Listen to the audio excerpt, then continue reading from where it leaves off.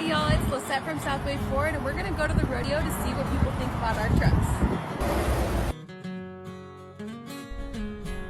So what's your favorite thing about the F-250? So besides the fact that it can tow 15,000 pounds, I absolutely love adaptive cruise control. This module right here is a technology in it called LiDAR, which detects vehicles that are in front of you, so you can match the speed of the vehicle without having to slow down or speed up. It makes road trips so much easier.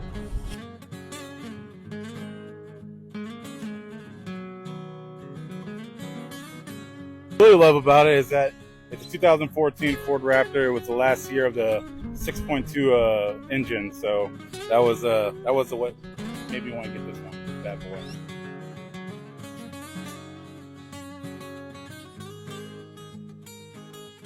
I like the quality. I've been a Ford gal. My grandfather had a Ford Mustang convertible. It's an F-350. It's a dually, and the room's really nice. This is what we drove.